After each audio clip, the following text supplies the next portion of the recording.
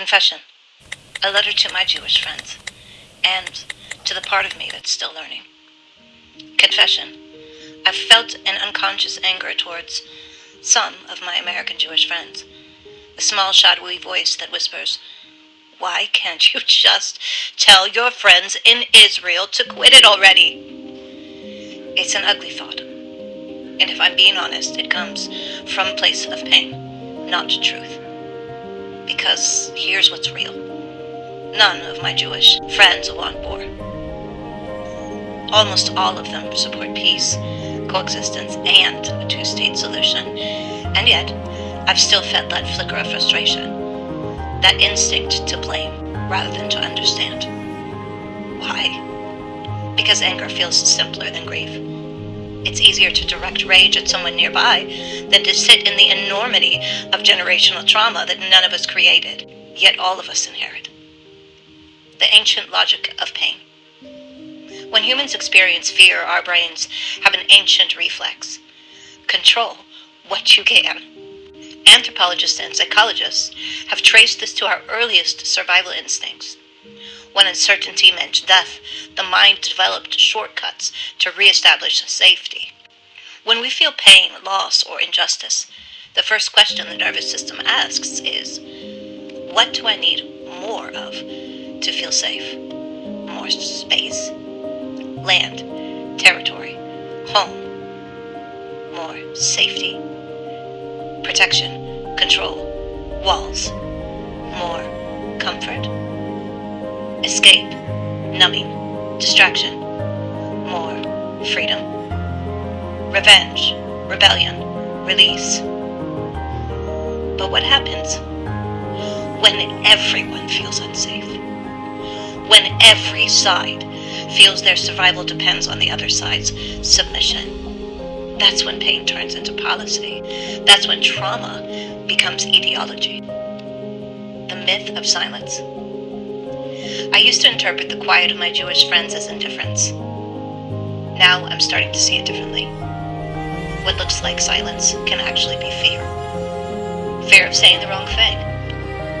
Fear of being attacked by strangers or even by one's own community. Fear of being wildly misinterpreted in a world where everyone is angry and no one feels safe. Statistically, Jewish people make up less than 0.2% of the global population, and yet carry the weight of thousands of years of persecution, displacement, and genocide. The Holocaust alone, 6 million murdered in just 12 years, lives in the Jewish nervous system the way slavery and systemic racism live in the black body, the way occupation and exile live in the Palestinian soul. When a people have known annihilation, silence can be the only safe language left. The science of never again. Neuroscientists studying trauma have found that the brain's threat response system, the amygdala, doesn't distinguish between past danger and present memory. So when people say never again, it's not just a slogan, it's a neurobiological truth. Once a community's nervous system is wired around survival, empathy becomes a luxury. That's not moral failure. That's biology. And here's the terrifying symmetry. Every side of this conflict is living in the never again state. Every side believes they are one breath away from erasure. When survival becomes the organizing principle of a people, even peace can feel like a threat. So where does that leave us?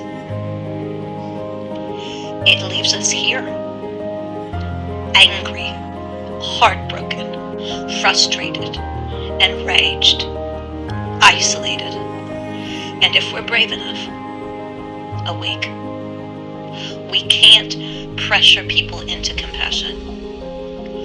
We can't bully traumatized communities into grace. You can't yell someone into feeling safe. The only way forward is through empathy that costs us something. Empathy that stretches our comfort zones and asks us to love people we don't fully understand. That means asking ourselves hard questions. Can I hold space for someone whose trauma makes them defensive?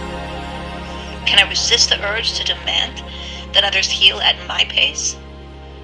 Can I create the safety I wish existed right here in my own relationships? Because if we can't find peace within the microcosm of our own friendships, how can we expect nations to find it on a global scale? The invitation. This isn't a call to choose sides. It's a call to remember our shared humanity, even when it's inconvenient. To see our Jewish friends and our Palestinian friends not as avatars of history, but as people trying to breathe in a world that keeps holding its breath. Maybe the most radical thing we can do right now is to stop looking for who to blame and start looking for who to understand. Closing thought. The Jews are not being silent. They are whispering their fears in the night, crying in synagogues, debating each other in anguish, and praying for a safety that history has never guaranteed them. They are not the ones who can save the world from another war. They're still trying to recover from the last one. So maybe the real question isn't, why aren't they doing more? Maybe it's, how can I hold more grace?